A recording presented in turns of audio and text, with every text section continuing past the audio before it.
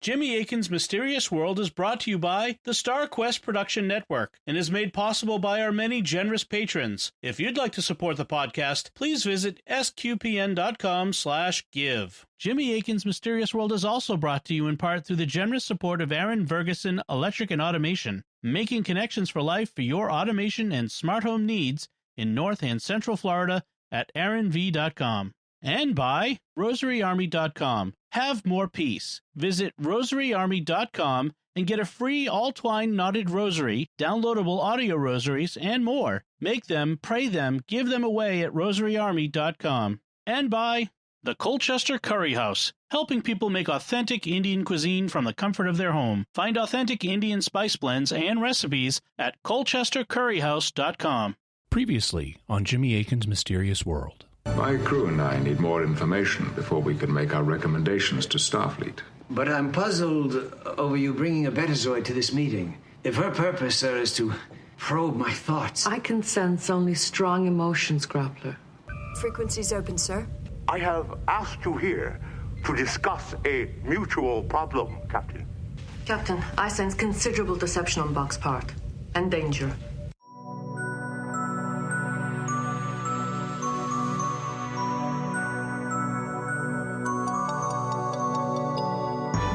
You're listening to episode 130 of Jimmy Akin's Mysterious World, where we look at mysteries from the twin perspectives of faith and reason. In this episode, we're talking about lie detectors. I'm Dom Bettinelli, and joining me today is Jimmy Akin. Hi, Jimmy. Howdy, Dom. Folks, I want to encourage you, please be sure to stick around to the end of the show. This week's feedback is going to be from our Death at the National Hotel episode we did recently, and so you want to make sure to stick around for that one. But first, let's talk about lie detectors. Human beings have been deceiving each other since the dawn of history, and that's made finding ways to detect lies a high priority. Various techniques have been used throughout history, and with the rise of modern technology, new methods have been invented. The 20th century saw the development of lie detectors such as the Polygraph machine. But do they really work? How reliable are they? How have people beaten them, and what should you do if you're ever asked to take a lie detector test? And that's what we'll be talking about on this episode of Jimmy Akin's Mysterious World. So, Jimmy, why did you want to do this episode? Periodically, we do what I think of as foundational episodes. In these, we develop conceptual tools that we use to evaluate other mysteries. An example was episode 79, where we looked at the conceptual distinctions between magic, religion, psychic phenomena, and science.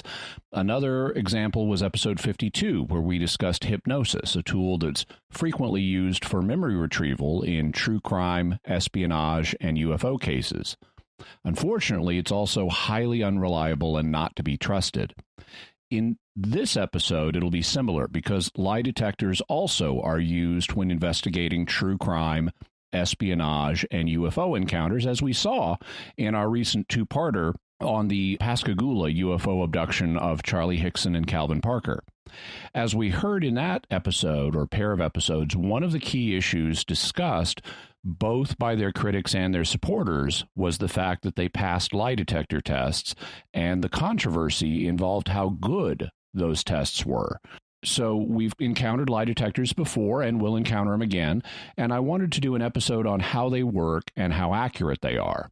Also, it's just an interesting subject, and there's a good bit to say about it.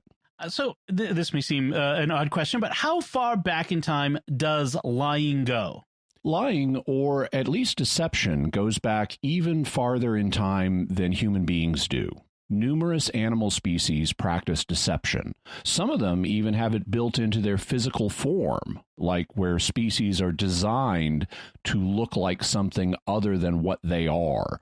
For example, some predators are physically built to disguise themselves so that their prey won't recognize them. This is the case, for example, with anglerfish, which have a long filament growing out of their foreheads, and they can just sit there and wiggle that filament so that it looks like a nice, juicy prey animal that a passing fish could eat.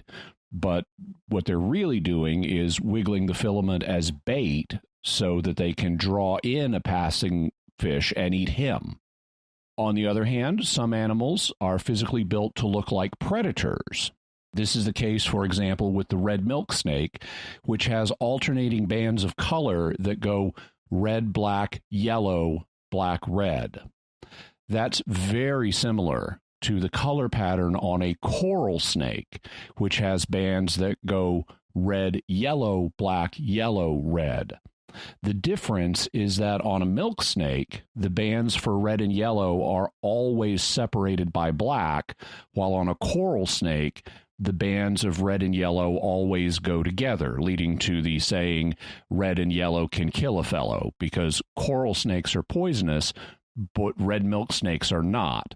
The red milk snake thus deters predators by making them think it's a dangerous coral snake when it isn't. Other animals use their behavior to deceive either predators or prey. A famous example of that is the American opossum, the only marsupial in North America, which famously goes limp or plays dead to deceive potential predators. That leads to the famous expression, playing possum. And by the way, for our listeners outside North America, when I was growing up, we had cats and we'd put food out for them on the front porch at night. And then possums would waddle up in the middle of the night to eat the cat crunchies. So I've had personal experience with possums. So what about deception in human beings? All of the examples we mentioned in the animal kingdom deal with creatures that don't have the kind of spiritual nature that humans do, so they aren't subject to human morality. But after using the process of evolution to produce the human body, God endowed the first human beings with true human souls, and when he did that, he elevated their nature beyond what evolution itself was capable of producing. He gave us his grace in a way that elevated our nature and made it possible for us to live in perfect harmony with him and with other human beings. So love of God and love of neighbor could prevail, and we wouldn't need to do things like lying. But man fell by original sin and lost that elevated nature, putting us in opposition to God and to our fellow man. That means that lies are something human beings have been telling each other ever since the fall. In the Genesis narrative, the first lies told by a human being are attributed to Cain. As we read in Genesis 4, Now Adam knew Eve his wife, and she conceived and bore Cain. And again she bore his brother Abel. Now Abel was a keeper of sheep, and Cain a tiller of the ground. In the course of time, Cain brought to the Lord an offering of the fruit of the ground, and Abel brought some of the firstlings of his flock and of their fat portions. And the Lord had regard for Abel and his offering, but for Cain and his offering he had no regard. So Cain was very angry, and his countenance fell. The Lord said to Cain, Why are you angry, and why has your countenance fallen? If you do well, will you not be accepted? And if you do not do well, sin is lurking at the door. Its desire is for you, but you must master it. Cain said to Abel his brother, Let us go out to the field. And when they were in the field, Cain rose up against his brother Abel and killed him. Then the Lord said to Cain, Where is Abel your brother? He said, I do not know. Am I my brother's keeper? And the Lord said, What have you done? The voice of your brother's blood is crying to me from the ground. in this passage, Cain tells two lies. First, he deceives his brother Abel by inviting him to go out into the field without revealing that he's planning on killing him. Depending on what your definition of a lie is, you could quibble about that, whether it's technically a lie, but it's at least a case of deception, since Cain expects Abel to believe that he will still be alive at the end of this excursion when that isn't the case. And secondly, he directly lies to God by saying he doesn't know where Abel is, when in fact he's killed Abel and does know.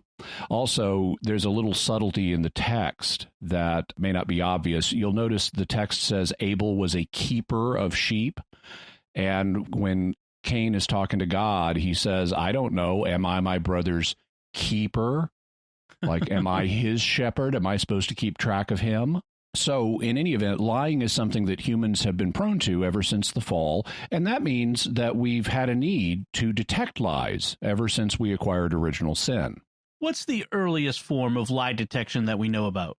The earliest form is simply watching other people and trying to form an estimate of whether they're telling the truth or not. That involves watching their behavior and seeing if they show signs of deception, like being nervous or anxious when telling us about something they shouldn't be nervous or anxious about. It also involves taking other facts we know and comparing them with what a person is telling us. So if he says something that conflicts with what we know to be true, it's a sign he's lying. But these methods don't cover all the cases we encounter, so we've also developed more specialized lie detection strategies. What are some of the techniques that were used in the ancient world before we got modern technology? One example is found in the 11th century BC during the reign of the Israelite judge Jephthah, who we read about in the book of Judges, chapters 10 to 12. This was a little before 1000 BC. Now, Jephthah was a man from the territory of Gilead, and he defended Israel against its enemies. But some of the Israelites got jealous. These included men from the tribe of Ephraim, who thought that Jephthah had slighted them by not calling on them when Israel needed to be defended. Jephthah's answer was, "Hey, I asked you before and you didn't show up, so I didn't bother asking you the most recent time. What's the big deal, you bunch of slackers?" Their answer was, "We don't care what you think of us. We will burn down your house over you with fire, so get ready to be burned alive, buddy." The Ephraimites then attacked the Gileadites, who defeated them in battle. But some Ephraimites were trapped in Gilead after this battle, and they wanted to get home. The Gileadites were in control of the way home, so the Ephraimites needed to pretend to be Gileadites so they could move around without interference. And the Gileadites knew they were trying to sneak out by pretending not to be Ephraimites, and so to expose the deception, they employed a lie detecting technique. And when any of the fugitives of Ephraim said, "Let me go over," the men of Gilead said to him, "Are you an Ephraimite?" When he said no, they said to him, "Then say Shibboleth." And he said, "Sibboleth," for he could not pronounce it right. Then they seized him and slew him at the fords of the Jordan. This is a clever technique. People from different areas have different accents, different ways of pronouncing the same words, and it can be very difficult to pronounce a word in a way that you're not used to. At that time, one of these words was shibboleth, which apparently referred to an ear of grain, like on the end of a stalk of wheat. In Gilead, people would pronounce this word with a sh sound on the front of it, so it would be pronounced shibboleth. But in Ephraim, they didn't say the word with the aspirated initial sound, and so they just used an S sound and said it sibboleth. That allowed them to tell the true Gileadites from the Ephraimite fakers, and that let them detect the lie based on a subtle clue that people didn't have easy conscious control over. They detected the lie by listening for a subtle shift in their voices. This test is interesting because it involves a subtle, involuntary cue that people would send, in this case, by their speech. Are there other lie detection techniques used in the Bible? One is found in the story of Susanna, which is in the Deuterocanonical edition of the book of Daniel. It's chapter 13 of the book. In this account, a righteous woman named Susanna has been falsely accused of committing adultery in a garden that had trees. The false accusation is made by two older men, so the young prophet Daniel has the two old men separated so they can't hear each other, and then he asks them what they saw. Specifically, he asked them under what kind of tree each of them saw the innocent woman committing adultery. Since the two old men can't confer to get their stories straight, they each say that the woman committed adultery under a different kind of tree, and thus Daniel exposes their stories as lies. This reflects a sound interrogation technique, separating the witnesses so they can't coordinate their stories, but it's not directed to the kind of lie detection that we'll be focused on in this episode. Are there other specialized lie detection techniques that people in the ancient world used? Around 500 BC, so about half a millennium after Jephthah, priests in India supposedly had a technique that would involve donkeys that were supposed to bray if their tail was being held by a person telling a lie. In this case, the donkey was functioning as the ancient equivalent of a lie detector. The priests told people accused of crimes that they would be left in a room and needed to hold the tail of the donkey. If the donkey brayed, it meant that they were liars who had committed the crime. But if the donkey stayed silent, it meant they were telling the truth and had not committed it. They then left the accused in the room with the donkey and listened to whether or not it brayed. Normally it didn't, and the accused person cited this as evidence of his innocence. But this didn't matter, because the donkeys in this test weren't really special and couldn't really tell if you were lying or not. Instead, what was important was whether you'd followed the priest's instructions and grabbed the donkey's tail. If you'd grabbed the tail, that showed you were innocent, because the priests had put soot on the donkey's tail, and now that soot was on your hands, showing that you weren't afraid of the lie detector test and revealing that you were a truth teller who had not committed the crime. But if your hands were clean, that showed that you were afraid to touch the donkey's tail, even when instructed to by the priest. So you were a liar who did not want to be exposed by the donkey test. This test is interesting because it involves tricking the person undergoing the test by lying to them. The person could beat the test by grabbing the donkey's tail, whether they were guilty or not. So the test wouldn't work unless the subject were deceived into thinking that it worked. China also had an advanced civilization in ancient times. Did they have a lie detection method? Apparently in ancient China, a physiological test was used. If you were a suspect, they had you put dry rice in your mouth. You spit it out, and then they checked whether you still had any rice sticking to your tongue.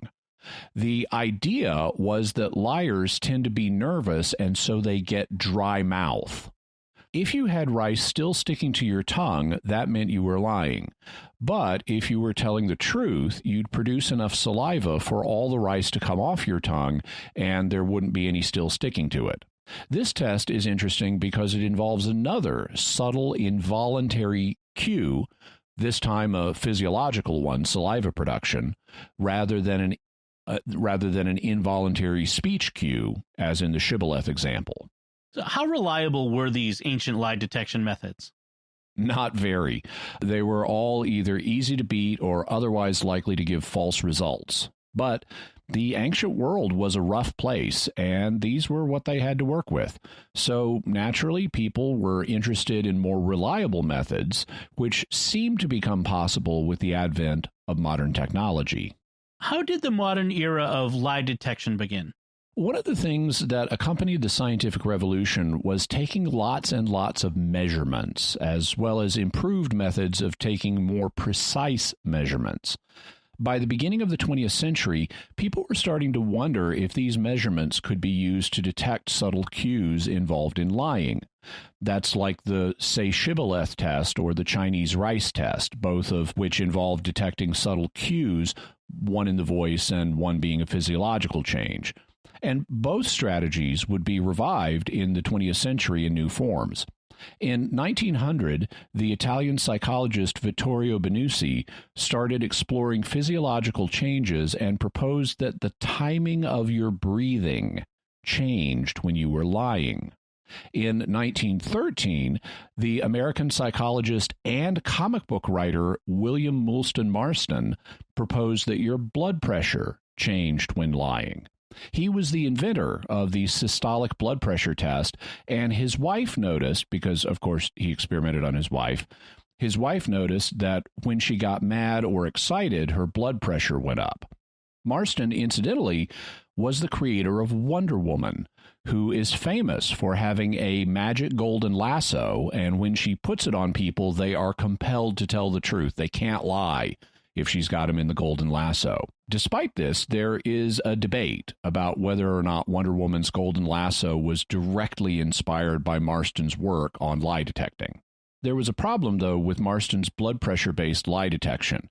As you know from going to the doctor's office, when they take your blood pressure, they put you in a cuff, which they then inflate with air to squeeze your arm, and then they let the air out of it to take the readings. That takes time, and so you can only do blood pressure readings every so often. You don't get a continuous feed of what your blood pressure is. And that was a problem for Marston's blood pressure-based lie detection, because if you can only take a reading every minute or so, you may well miss the momentary spikes in blood pressure that could signal lying. The solution to this was to try to get a continuous blood pressure reading, but there's also a problem with that, which we'll discuss below. When was the polygraph machine invented? In 1921, in Berkeley, California, a medical student and police officer named John Augustus Larson decided to combine multiple physiological measures and measure them all at once to detect lies. These included pulse rate, breathing rate, sweating rate, and blood pressure, supposedly.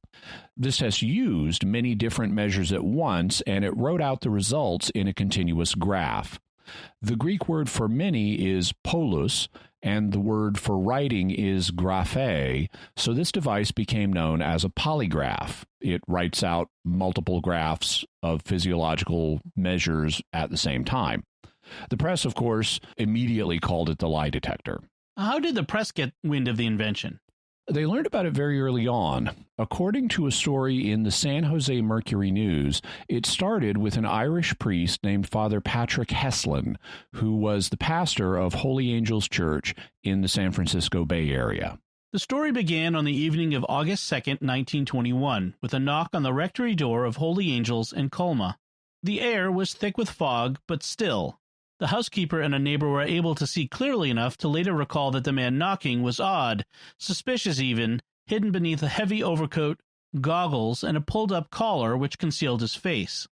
Father Heslin opened the door. He listened while the stranger spoke of an ailing friend in Salada Beach, present-day Pacifica, a man in need of the last rites. The cleric gathered a, quote, red morocco case containing the bread and wine of the Blessed Sacrament, end quote, and hastily climbed into the front seat of the stranger's touring car. Father Heslin never returned. On August 3rd, San Francisco Archbishop Edward J. Hanna received a ransom note demanding $6,500 in exchange for the priest. No money drop was mentioned, but the note hinted that the kidnapped priest might be located in a cave. The ransom amount was posted in the paper as a reward. Police and armed vigilantes combed the area, from hills to beaches to residential areas. When a second ransom note arrived demanding more money, there was still no mention of a drop, nor was there any news on the whereabouts of Father Heslin. By then, handwriting experts had concluded that the ransom notes were written by a man of unbalanced mentality. On August 10th, 1921, William Hightower arrived at the home of Archbishop Hanna. He had something important to tell him, but the Archbishop was in a conference. Hightower then told his story to a newspaperman, who in turn brought in the police. Hightower's story was two stories. The first was that a woman, Dolly Mason, had told Hightower that some guy shot some other guy and then buried the victim in the sand at a popular swimming spot in Salada Beach, beneath an advertisement for Alber's Milling Company, which featured a miner cooking flapjacks over an open fire. The second story, told to Hightower, supposedly by the same woman, or possibly two women, was that right around the same spot, bootleg whiskey was buried. Hightower went to the location in question, hoping to uncover the liquor and sell it on the open market. We should note that this was during the era of Prohibition, when selling alcohol was illegal in the United States between 1920 and 1933. So criminals got to work doing fun things like making bootleg liquor and building organized crime. That's why Hightower was interested. If you could find a stash of bootleg liquor, steal it, and sell it, you could make money, provided the mob didn't catch you and kill you. But Hightower never found that liquor. Instead, with a little digging, he discovered a black prayer scarf which he suspected belonged to the missing priest. He marked that spot with the scarf and dug no further. He set off to report what he knew and hopefully collect a reward. He was, he explained, a businessman down on his luck. Accompanied by a very suspicious San Francisco police chief, Daniel O'Brien, and a number of equally suspicious detectives and several reporters, Hightower brought his companions to the area in question. "Over here, boys," Hightower was noted to have called enthusiastically to his gathering. Hightower began digging with gusto. As the out-of-work baker had claimed that he had no knowledge of how the victim was buried in the sand, or if in fact it was absolutely the priest, the police advised him to dig carefully because he might strike the buried man's face with a shovel. Hightower told them not to worry as he was digging near the priest's feet. Hightower was arrested, and the body of Father Heslin was recovered. The Colma priest had been shot twice, once through the heart and once in the skull. Hightower was then subject to a polygraph examination, and it indicated he was guilty. The San Francisco Call and Post newspaper then printed the story together with an image of the readout with arrows marking the presumed lies. Subsequently, lie detectors became very popular and went on to have a huge cultural influence. Police used them to try to catch criminals. Governments used them to try to catch spies. Lawyers used them to try to catch false witnesses. UFO researchers used them to try to evaluate people who reported encounters. And there were even television shows that used them to try to sort out controversies. For example, I remember watching F. Lee Bailey's TV show Lie Detector back in 1983. I remember that too. Have there been new types of lie detection proposed since the invention of the polygraph in 1921? Yes, there have been refinements to the original polygraph device, which is now typically computerized, but the basic mechanism it works by hasn't changed. However, many new physiological cues have been proposed. Some involve voice stress analysis, the amount of stress in your voice, which is a verbal cue like the shibboleth test from the 11th century BC, only it's measuring something different. Others involve measuring facial expressions and tracking what you do with your eyes. And some involve taking measurements of brain waves with an EEG or with more modern brain imaging technology like an fMRI. A lot of that is still experimental, though, and the traditional polygraph is still the most commonly used test. How does a polygraph examination work? Basically, they ask you a series of questions and measure your physiological responses as you give the answers. There have been different approaches, though, and they've changed over time. One older style approach involves asking a series of relevant and irrelevant questions. If you're, let's say, a suspect in a murder investigation, a relevant question would be something like, "Did you kill your spouse?" And an irrelevant question would be something like, "Is today Tuesday?" If the test was being given on a Tuesday, then they could use your response to that question to get an indication of what your readings are like when you're telling the truth. You also might be instructed to lie about one of the irrelevant questions, like saying it is Tuesday when really it's Wednesday. That would then theoretically give them a baseline of what your readings would be like when you're lying.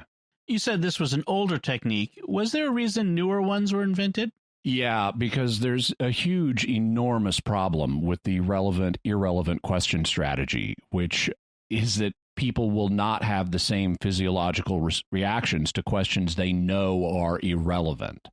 People are not going to be as emotionally invested in questions like, "Is today Tuesday?" as they will be in questions like, "Did you kill your spouse?"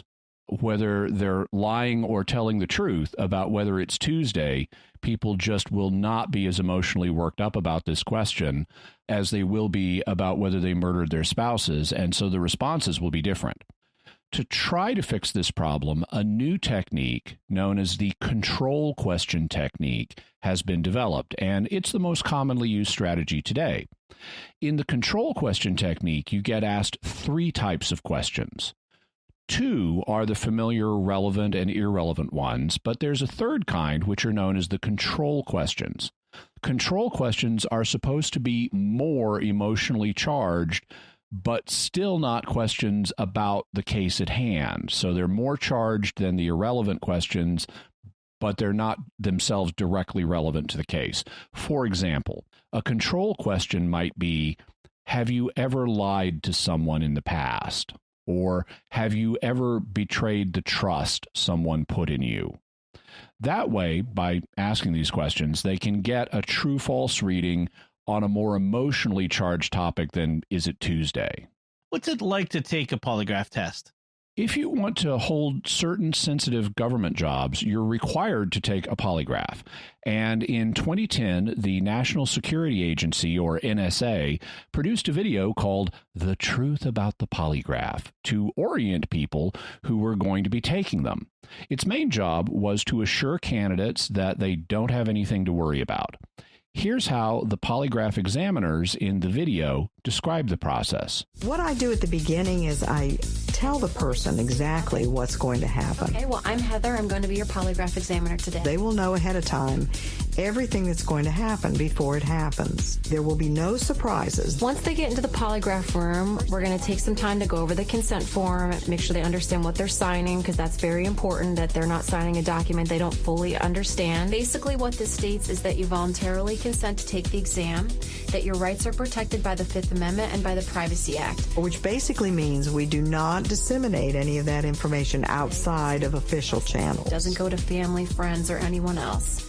We video monitor and we audio record interviews for both of our protection. This is the microphone. I want to make sure that I am capturing everything correctly that you said. It also allows you the comfort of knowing that I'm going to be a professional. We start by talking about what the scope of the test will be, the different types of questions. And the questions that I go over and define for you in the pre-test, they're not going to change. That's what I'm going to ask you for every test. So I want you to be able to say, okay, I know what's coming, so it's time to just go through and get through the test. That question will be, have you engaged in espionage against the United States? And you're going to answer? No. Any concerns or questions about that? None whatsoever. We go through their forms with them. We go over the instrumentation, how everything works, what the process will be. The blue cuff over there you've seen a dozen times, and that just records heart rate and blood flow. Okay. We do a practice test to help them to get used to what the actual test will be like, and then we typically go into the test. The actual testing portion of the polygraph is the shortest part of the entire process. Have you provided classified information to an unauthorized person? No. The test lasts 5 to 6 minutes in duration. You'll just be answering straight yes or no. We run anywhere from 3 to 6 charts. We repeat questions just to make sure that I'm not basing everything on one question and one response. Have you had secret contact with a foreign national representative? No. If we see anything that is of concern on the test, then, or we identify as a possible problem, we will discuss that with the person and give them an opportunity to resolve that issue. Okay, so did I pass? Well, right now it has to go through quality control. We do not give the final result while the person is there in the office. The reason being that all of the information has to go through a quality control process before the final determination is made. Take a look at these charts. Oh, sure. Well, Polygraph is designed so that there's not just one person that's making a final call on the information that's gathered during the test. It goes through a quality control process with very seasoned examiners. They haven't met you. They don't know who you are in the room. They haven't sat with you for however long it takes to go through the exam. And they're able to look and see with an unbiased eye whether or not there's anything there that's of concern. And so by offering an answer to you about the results of your test right at the end, it would really be kind of shortchanging you. It's not the end if you don't get through your first exam. All right, Sue. Thank you very much. Thanks, Heather. Have a good day. Bye-bye. 9 times out of 10, really, if you don't get through your first exam, you're going to come back for another exam. And that's because we understand what it is to go through a polygraph and how nerve-wracking that can be and how hard it is to kind of really absorb everything. And so we want to give you every opportunity to be able to come in and successfully complete it. So, they bring you into the examination room. They try to be very reassuring. They go over and have you sign the consent form. They tell you they won't disseminate the results outside official channels. They show you the machine and tell you how it works. They go over the questions they'll cover in the examination. They do a practice test with you, so you have practice answering the questions, and then they do the real test. Afterwards, they don't give you the results immediately because they need to go through quality control with an independent evaluator. But they do give you a chance to clarify any potentially problematic answers. And if you don't make it through your first test, you get a chance to come back and take another. And that's what the NSA wants you to know about the lie detector in their video, The Truth About the Polygraph. It's all so comforting. We want to give you every opportunity to be able to come in and successfully complete it.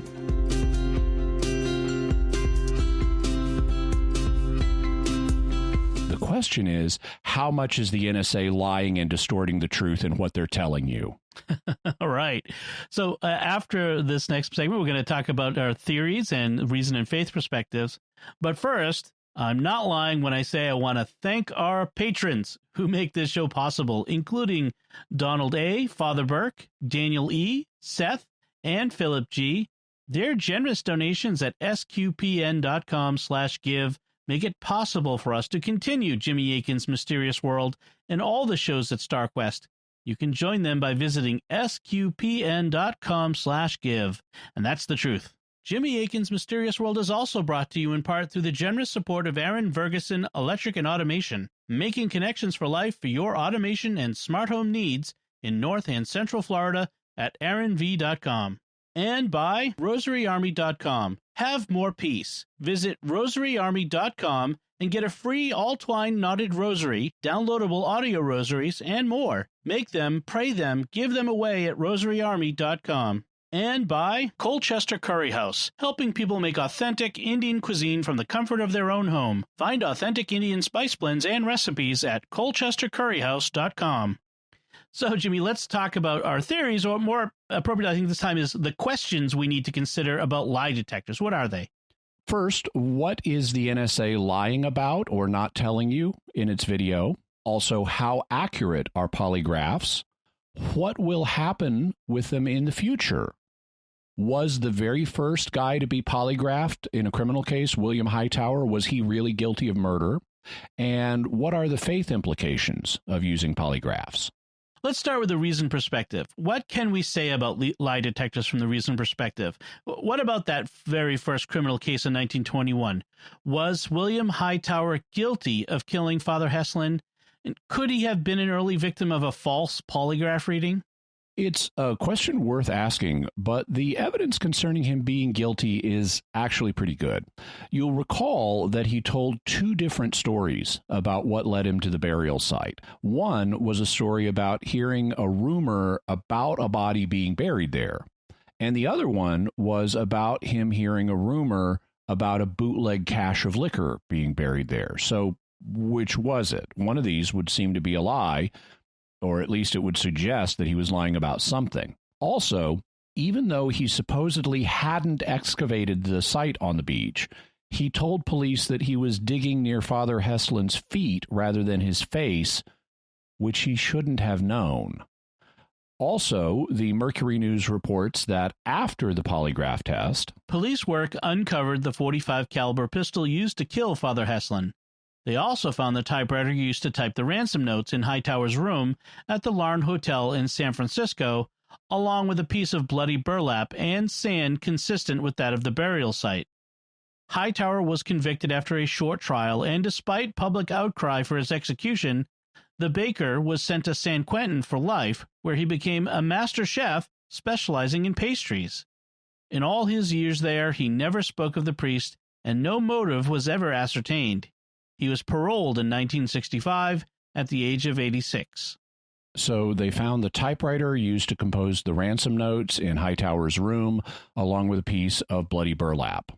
Both of those are notable indicators of guilt, even without modern DNA testing.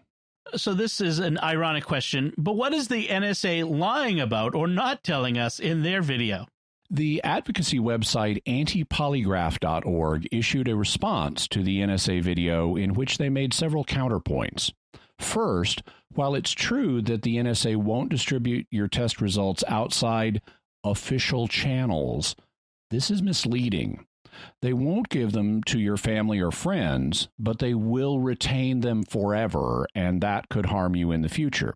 For example, they will share them with other government agencies, and it could stop you from getting a job with one of them. They will even share them with agencies that don't use polygraph tests. They'll still tell the other agency, this guy failed one of our tests, and so you get shut out of that job, even though you normally wouldn't have to take a polygraph to get it. Also, they may share information with law enforcement if you admit to a crime and you can get prosecuted. Law enforcement is considered official channels. Second, the video doesn't disclose the real purpose of the practice test that you do, which is not to get you comfortable with the procedure. As part of the practice test, they do what's called a stimulation or STIM test, whose job is to convince you that the polygraph is accurate and will be able to catch you in a lie. For example, they may ask you to pick a number and then deny that you picked that number when the examiner reads you a list of numbers. The examiner will then tell you that you reacted strongly when the number you selected was named, implying that the examiner will see a similarly strong reaction when you do the actual test and tell a lie. But it doesn't matter whether the machine actually picked up on your lie when the examiner got to the number you chose. The examiner will flat out lie to you and tell you that the machine detected the lie, whether it did or not. The purpose of the STIM test is thus not to calibrate the machine, but simply to convince you that it will catch you in a lie, whether it does or not. Third, when the NSA said that you'll be given an opportunity to address areas of concern and resolve potential problems, that's a euphemism for interrogating you.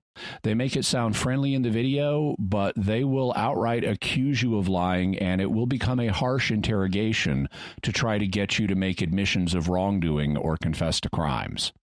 Fourth, while they won't tell you the results immediately, with many agencies, it will be clear if you didn't pass, because if they suspect you of lying, they will proceed to the interrogation phase. So if you get interrogated by one of these agencies, you'll know you didn't pass. On the other hand, with some agencies, they routinely accuse virtually everyone of lying on their first test so they can bring them back for further testing. If you're applying to one of these agencies that routinely accuses everybody, and the CIA is reportedly one of these, then you can't know from your first test whether you passed or not. And fifth, the antipolygraph.org video, which we'll have a link to, points out that if lie detectors actually worked, they wouldn't need to routinely call people back for further examinations. They'd be able to tell from the first test with only, an occasional botched or ambiguous test. The fact they often call people back for one or more new tests shows that they don't have confidence in the results of the procedure. What kind of errors are polygraph tests subject to? There are two principal types, false negatives and false positives. A false negative is when a person is lying, but the test says that he's being truthful. And a false positive is when a person is being honest, but the test says he's lying. Let's talk about the false negatives then. What are some examples of these? There are a bunch of famous examples of people who beat lie detector tests and then were later found guilty. For example, Kim Philby, a British spy for the Soviet Union back in the 1950s.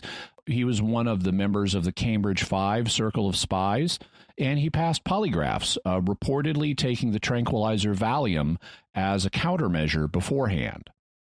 In the 1990s, the American CIA officer Aldrich Ames was caught spying for the Russians, and he had previously passed 2 polygraphs.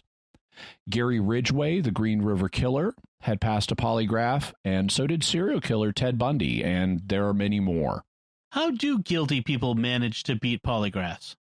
There are multiple reasons for this. Some may be psychologically abnormal, so that they don't show the responses that polygraphers are looking for. Others, like Kim Philby, may medicate themselves so that they don't show these responses. but other people beat them through simple training in knowing what the polygraphers are looking for and adjusting their reactions. How do they train themselves to beat the test? Well, remember that in the control question technique, there are those three types of questions: relevant, irrelevant, and control. The relevant questions are the ones they really want to know the answers to, like, did you kill your spouse, or have you ever spied on the United States? The irrelevant ones are innocuous things they expect you to tell the truth on, like, is today Tuesday, or are you sitting down? They will tell you that the purpose of these irrelevant questions is to get a baseline reading on you, what it looks like when you're telling the truth. But that's a lie. In fact, they don't even score the irrelevant questions. The only purpose of the irrelevant questions today is to serve as a buffer between the relevant questions and the control questions. So those are the two keys that people who are taking countermeasures will focus on: the relevant and the controls. The control questions are ones they expect you to lie about. Examples include, have you ever lied about someone behind their back? Have you ever cheated on a school assignment? Have you ever cheated playing a game? Have you ever lied to a friend? Have you ever gossiped about a coworker? Have you ever lied to a former boss? They expect people to say no to these questions, and they assume that you're lying when you say no. What they then do is compare your no's on the control questions to your no's on the relevant questions. If your responses to the control questions are stronger than your responses to the relevant questions, they assume you're telling the truth. If you were more freaked out lying, have you ever cheated on a school assignment, and you say no, if you're more freaked out about that than you are when you're saying, no, I've never spied on the U.S., they assume you haven't spied on the U.S. But if your responses on the relevant questions are stronger than your responses on the control questions, then they assume you're lying. People who are educated about countermeasures will therefore do things to enhance their responses on the control questions, but they'll act normally during the relevant or irrelevant questions. The polygrapher will then look at the responses and say, this person reacted less strongly to did you kill your spouse than he did to have you ever lied to your boss, and they'll conclude you're not lying. In fact, the person may have killed their spouse and is simply doing something to exaggerate his response when it came to the lying to the boss question. What kind of things do people do to exaggerate their response? There are a bunch of options, and I won't go through them all. My purpose here is not to teach you how to beat a lie detector test, though there are books and websites that will teach you exactly that. My purpose here is to illustrate problems with the test, so we'll cover a few examples. One thing that people would do is keep thumbtacks in their shoes and then press down on them with their toes during a control question to generate a pain response. That's harder to get away with these days, since now they often put motion sensors under your feet and on the seat of your chair to detect if you're changing posture to do things like that. But there are still lots of other techniques. For example, some people will simply bite the side of their tongue when the control question is being asked to generate the same kind of pain response. They also have done mental things during the control questions. For example, they might think about exciting or scary things to jump up their physiological responses. They might do math problems in their head or count backwards from 100 by sevens, so 100, 93, 86, 79, 72, and so forth. And people have adjusted their breathing rates because there are certain changes in breathing rhythm that polygraphers are taught to regard as evidence of deception. This can be as simple as holding your breath for 3 to 5 seconds after you exhale while a control question is being asked, or slowing your breathing rate during these questions, or breathing more shallowly, or taking longer to exhale than you do to inhale. Knowledge of these countermeasures is so common that it's now standard in polygraph tests for the examiner to tell you things like, it's understandable that people would read up on polygraph tests, and some resources claim to offer ways to beat them. But these are often wrong, so can I count on you not to do anything like that?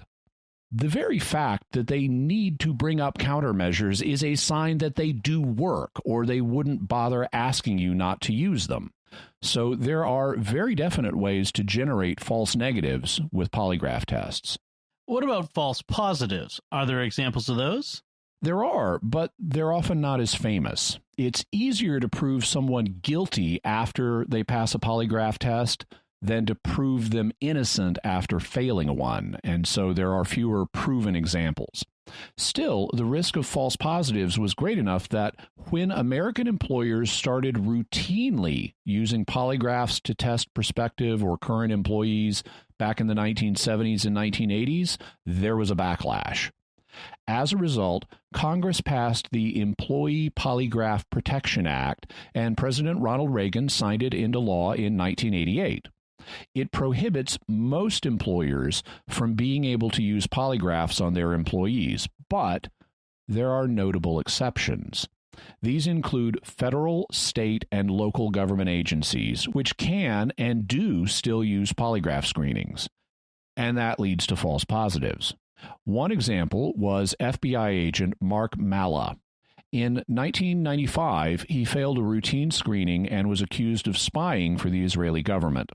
The FBI then launched an intensive investigation of him that eventually resulted in the collection of 12,000 pages of documentation in 32 volumes.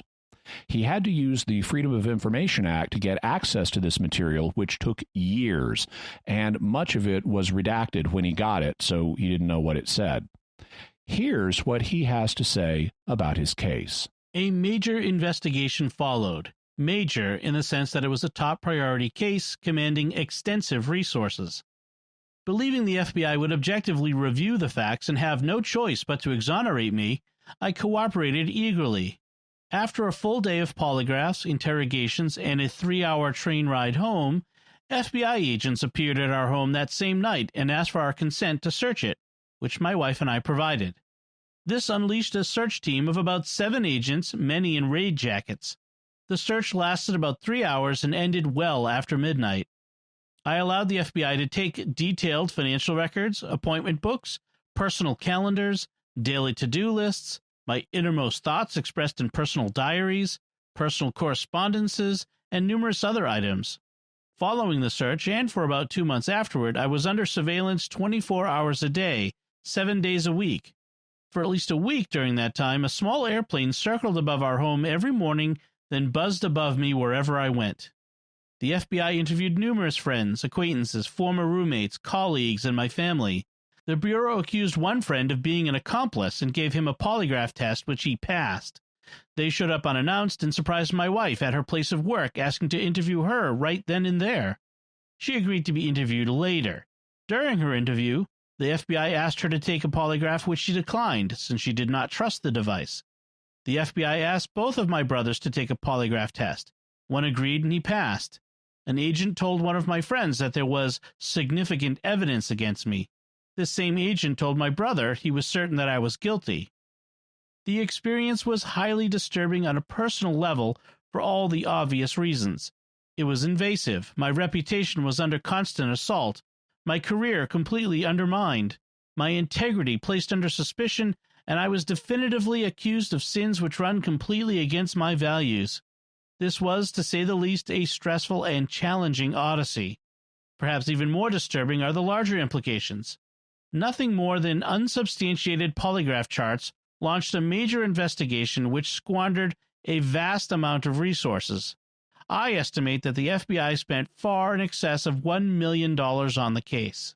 And when it was all over, the FBI concluded that they didn't have proof of any wrongdoing on his part. They reinstated him, gave him back his badge and gun and top secret clearance. Yet, the investigation perversely continued, and Malla got so sick of it all that he quit the FBI. What causes false positives on lie detector tests? It can be a variety of things. One of these is the attitude of the examiner.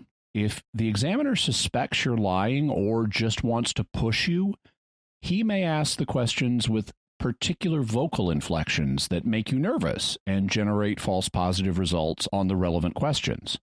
So the test is subject to manipulation by the examiner. He can make you fail.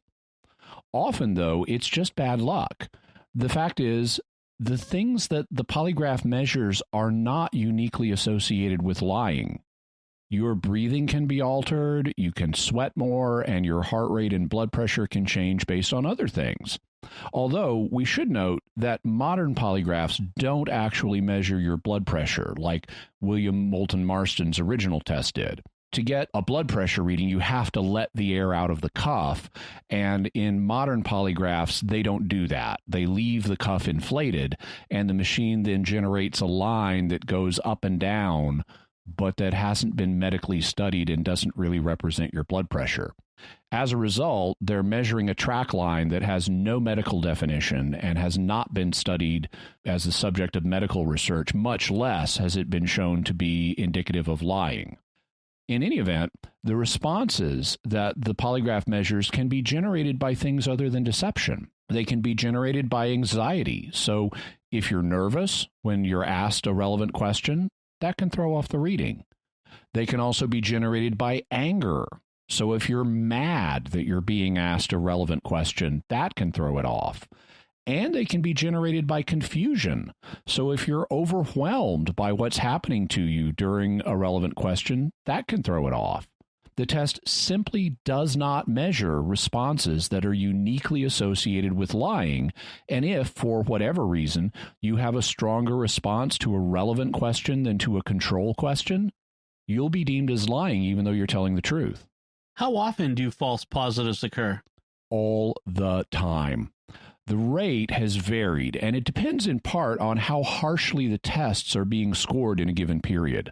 Apparently, some years ago, the FBI's applicant screenings had a failure rate of about 20%, or 1 in 5 applicants was deemed to be lying about something that would disqualify him from employment.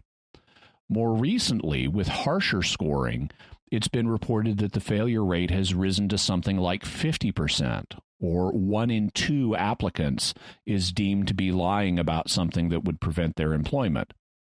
Both of these figures seem very unlikely.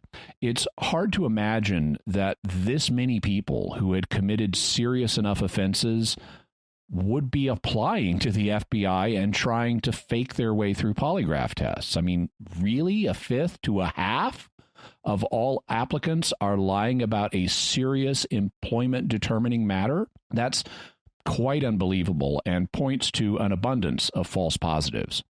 But because the results of the polygraph get saved and shared with other government agencies, it constitutes a permanent black mark against a candidate ever getting a job.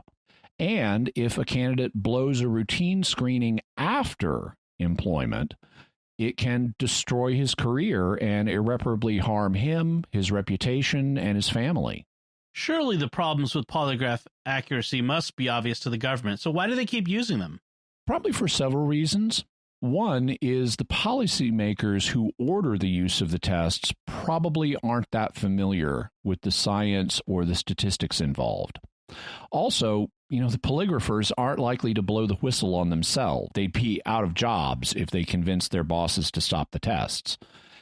In fact, the polygraphers themselves probably aren't that read up on the science either, or they've only read slanted cherry-picked accounts. Like some reports which will say that this test is 70% accurate. Even if that's true, it still means it's wrong 30% of the time, and 3 in 10 innocent people can be hurt by it. But that's easy to ignore if you only focus on the positive claim. A second reason that the government keeps using these is that it is kind of a form of security theater. That is, it gives the impression we're doing something, even if it's ineffective and potentially harmful. Thirdly, and most importantly, there's a hidden agenda behind the use of polygraphs, which is to get into interrogation situations. For example, defense lawyers are not allowed to be present with their clients during a polygraph exam. And so police will use polygraph examinations as an excuse to conduct interrogations without the presence of a lawyer. Because polygraph results are so unreliable, they're only rarely admitted as evidence in court. But police have found a way around that by videotaping the polygraph session. In that case, even though the test results aren't admissible, the videotape is. So they can try to get you to admit to things on videotape without a lawyer and then use that videotape in court, even though they can't use the polygraph results. And they're not bound to tell you the truth about your polygraph. They can tell you that you lied on a question and then press you for a confession or admission of wrongdoing. They also can lie about what the consequences will be. For example, some government polygraphers have been known to tell people that they can admit to anything other than murder and it will never leave this room. In fact, if the polygrapher gets an admission out of you, he can refer it to law enforcement and you can be prosecuted despite what he told you to get the admission. Even if you're innocent, the police may press you to make a confession during a polygraph by telling you, oh man, you're blowing this test so badly, even if you're not. You're just blowing it so badly, you better confess and cut a plea deal now or you'll have the book thrown at you. This is going to look horrible for you if you don't confess now. And this is a common means by which false confessions are extracted, whether or not in conjunction with a polygraph. And it's getting these admissions and confessions that are the main goal behind polygraph examinations. The tests themselves are unreliable pseudoscience, but they're a pretext for getting you into an interrogation situation.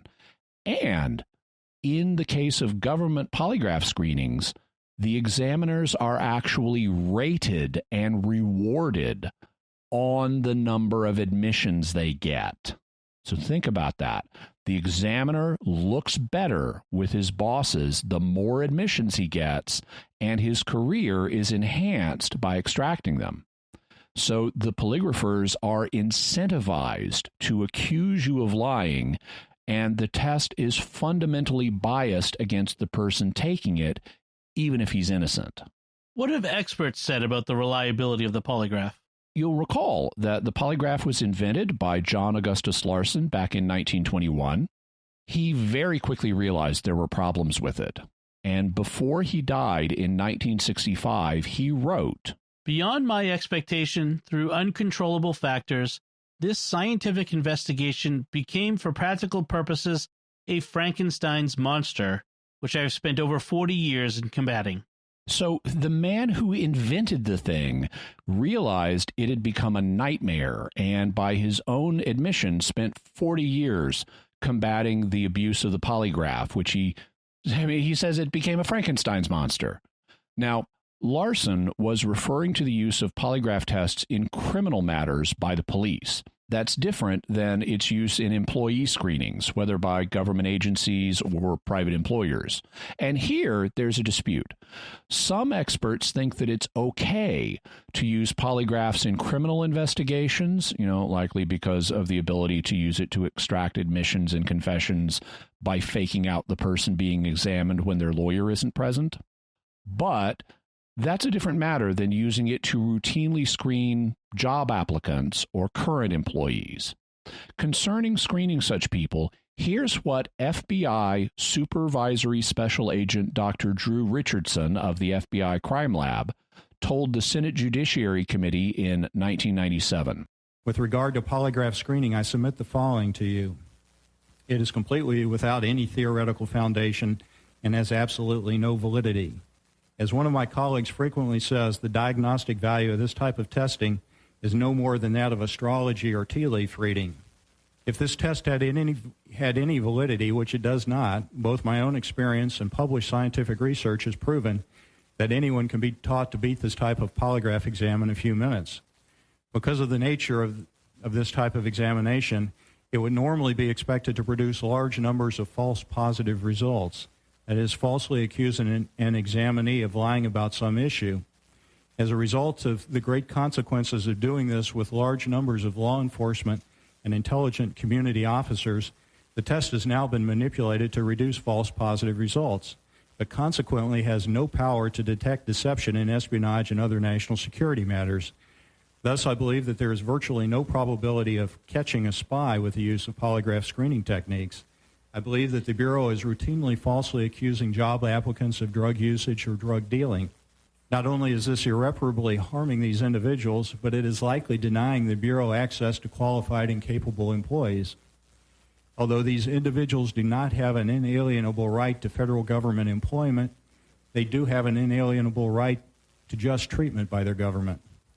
Within the Bureau, polygraph examiners who have little or no understanding of the scientific principles underlying their practice report to mid-level managers who are largely ignorant of polygraph matters.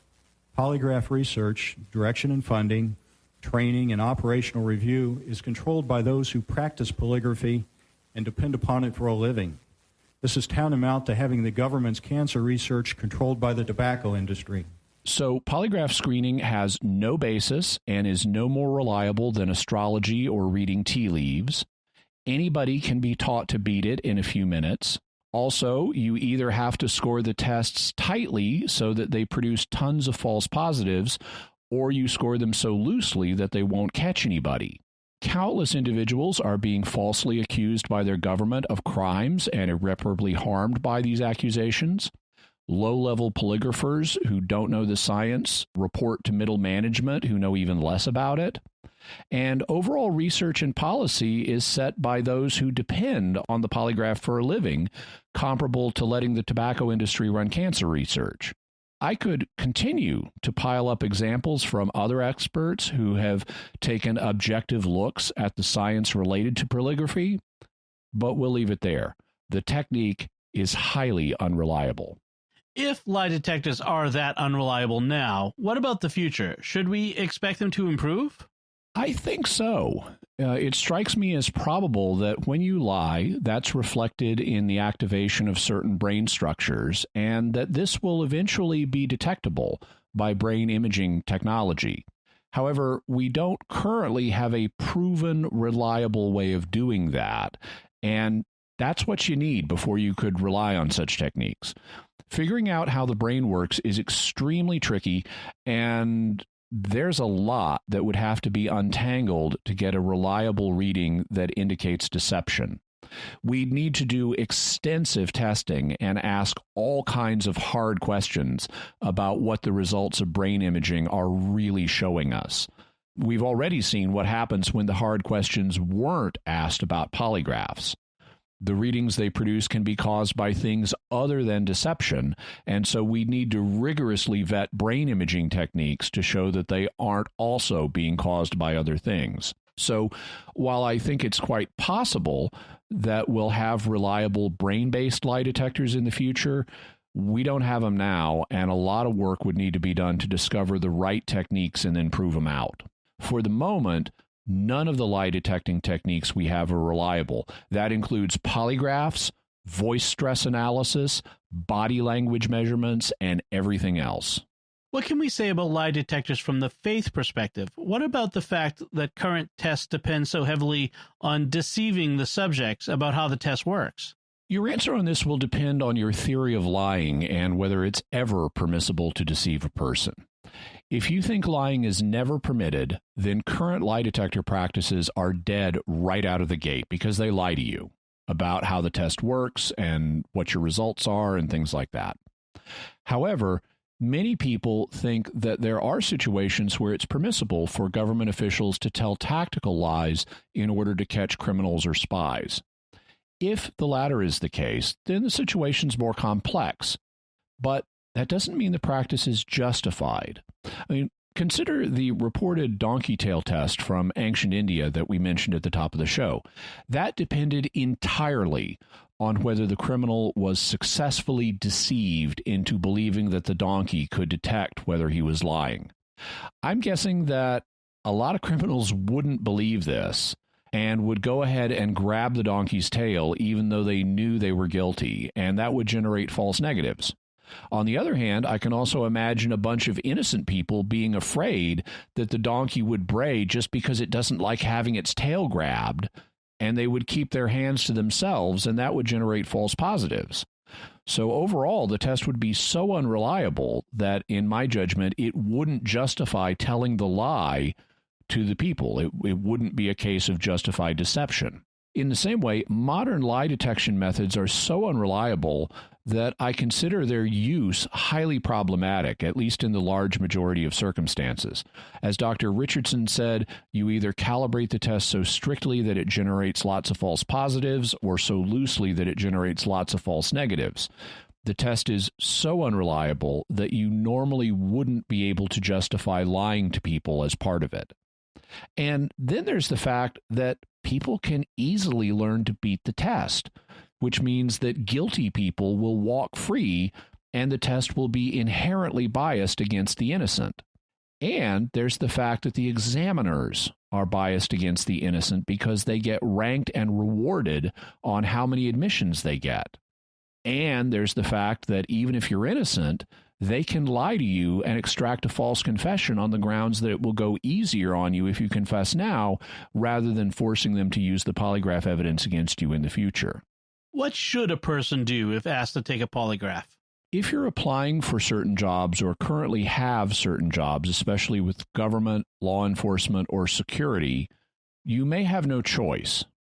In that case, my best advice is to learn as much about the test as you can, including the specific testing method that will be applied to you, because there are variations in the specific testing methods. That way, you're less likely to accidentally fail because of a lack of knowledge of how the test works and how it can be used against you. If you're not required to take a test, like if the police invite you to take one, refuse. Do it politely, but refuse the test and request a lawyer. In fact, do not voluntarily talk to the police as part of criminal investigations at all. We'll have some resources to explain why in a few moments. Jimmy, what's your bottom line on lie detectors? Polygraphs and other lie detection methods are fundamentally unreliable. Current methods demean and dehumanize those who are required to take them. They are easy to beat. They are biased against the innocent. Many people are irreparably harmed by them. They depend heavily on unjustifiable deception, and the systematic use of such deception and intimidation tactics will spread justified distrust of government and law enforcement. And what further resources can we offer to the listener on the subject? We'll have a link to the antipolygraph.org book, The Lie Behind the Lie Detector, so you can get that and read it. Also, we'll have a link to James Duane's book, You Have the Right to Remain Innocent. James Duane is an attorney who has a fascinating and really eye-opening discussion of what can happen if you consent to be interviewed by the police without a lawyer. And he, in fact, did a debate on YouTube with a police officer called, Don't Talk to the Police. And he presents his case from a lawyer's perspective about why you shouldn't talk to the police. And then the police officer gets up and agrees with him. So we'll definitely have a link to that video. It's a fascinating watch. And then you can get his book on how to assert your right to not speak without an attorney present, because there are apparently some subtleties that are involved in that. We'll have a link to an article on deception in animals. Also, articles on lie detection, polygraphs, William Moulton Marston, Wonder Woman's Golden Lasso, the San Jose Mercury news story about William Hightower and the very first criminal polygraph. Also, we'll have Anti-Polygraph's response to the NSA video, and Anti-Polygraph's YouTube channel, where they have a number of videos you can watch about problems with polygraphy. Also, Mark Malla's statement about his treatment by the FBI and his Senate testimony. Also, Dr. Drew Richardson's Senate testimony to round things out. All right, so let's move on to our mysterious feedback. As I said, we'll be discussing feedback from the listeners on our episode on the deaths at the National Hotel.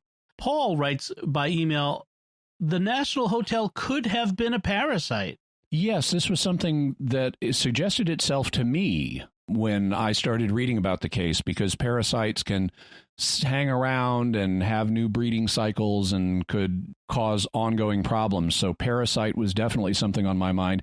Paul, by email, sent us a link to a Mayo Clinic webpage on a parasite called Giardia, which can produce symptoms like that of the National Hotel disease, and it can cause long-term problems.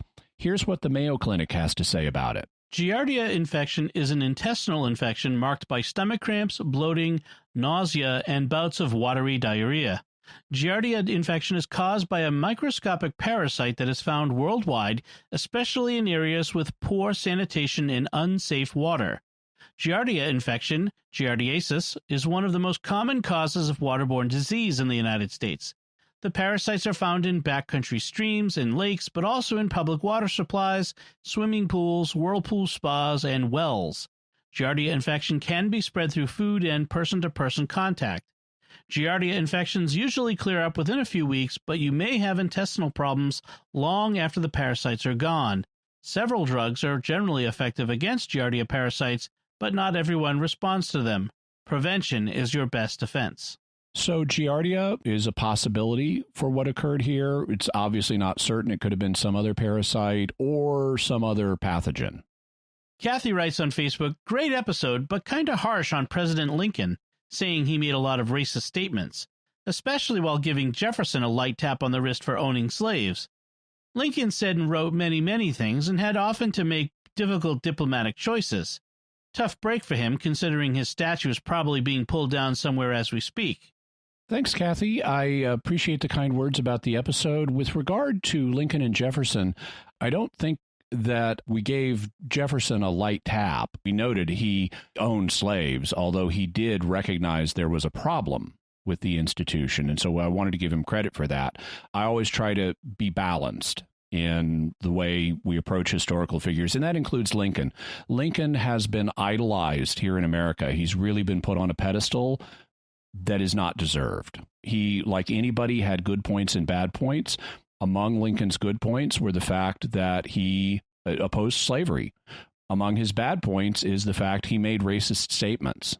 And so my intention is to take an honest look at history and not either idolize or demean people, but to note both their good and their bad points. Flying Car 100 on YouTube writes, could it have been sabotage from a rival hotel? Very interesting hypothesis. Today, that would be something that you'd want to investigate, and for that matter, you'd want to consider it even back then.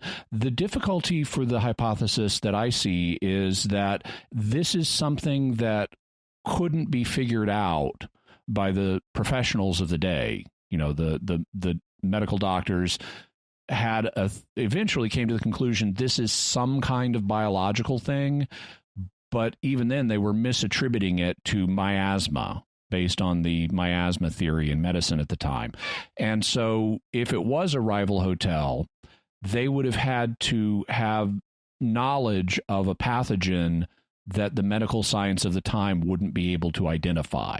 And unless the rival hotel was being run by really top drawer medical professionals or had them on retainer, they probably wouldn't have that knowledge. Victor Olson on YouTube writes, and he wasn't alone in offering this. He asks, I think they were poisoned by aliens. Because it's always aliens. That's right. Yeah. Ma Al Siklan on Facebook writes, I enjoy these podcasts not only for the mysteries, but for the window onto another time and place.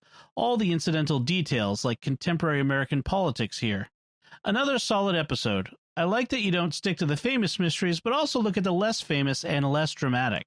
Thank you. There's just so much fascinating stuff out there in the world, including in history, that when you look into some of these that aren't famous, some of these mysteries that aren't famous, you get the joy of discovery. You know, I mean, it's okay. Yeah, here's another episode on Roswell or whatever, but here's something I've never heard of. you get something really new, and that can be really interesting. Yes, and we get some of the biggest responses from those episodes where people are just discovering something new. So that's I agree. Jimmy, what do we have for mysterious headlines this week? Well, we have a sleep theme. One article we'll have a link to is, will it ever be possible to share dreams? So we were talking about using brain imaging to detect lies.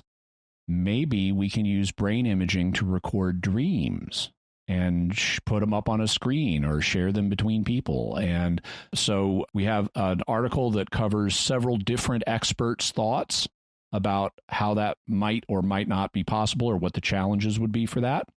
Also, we have a follow-up on episode 98, which was on sleep and how to get better sleep. Well, you could use some of the techniques from episode 98 to get better sleep, and you might want to, because deep sleep may help prevent Alzheimer's. As part of the brain's cleaning process at night, if you can get enough deep sleep, there's a new study that shows it may have an effect on preventing Alzheimer's. So we'll have a link to that as well. Excellent.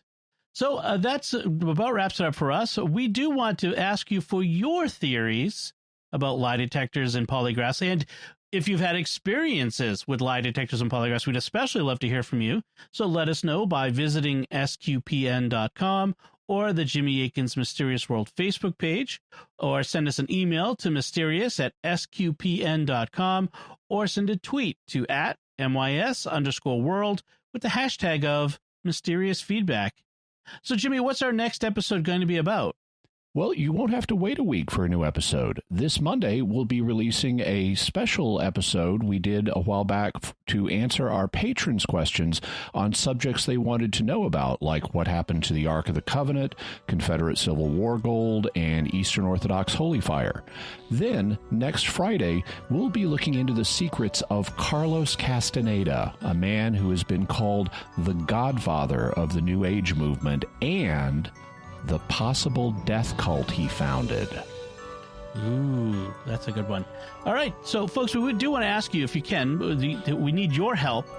Please share the podcast with your friends, and if you can, write a review in Apple Podcasts or wherever you get your podcast from.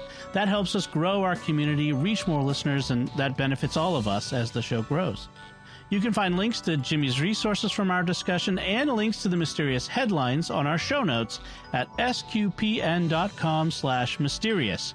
And remember, to help us continue to produce the podcast, please visit sqpn.com/give, and that'll give you an opportunity to ask a patron question in the future as well. Until next time, Jimmy Akin, thank you for exploring with us our mysterious world. Thanks, Dom. Once again, I'm Dom Bettinelli. Thank you for listening to Jimmy Akin's Mysterious World on StarQuest.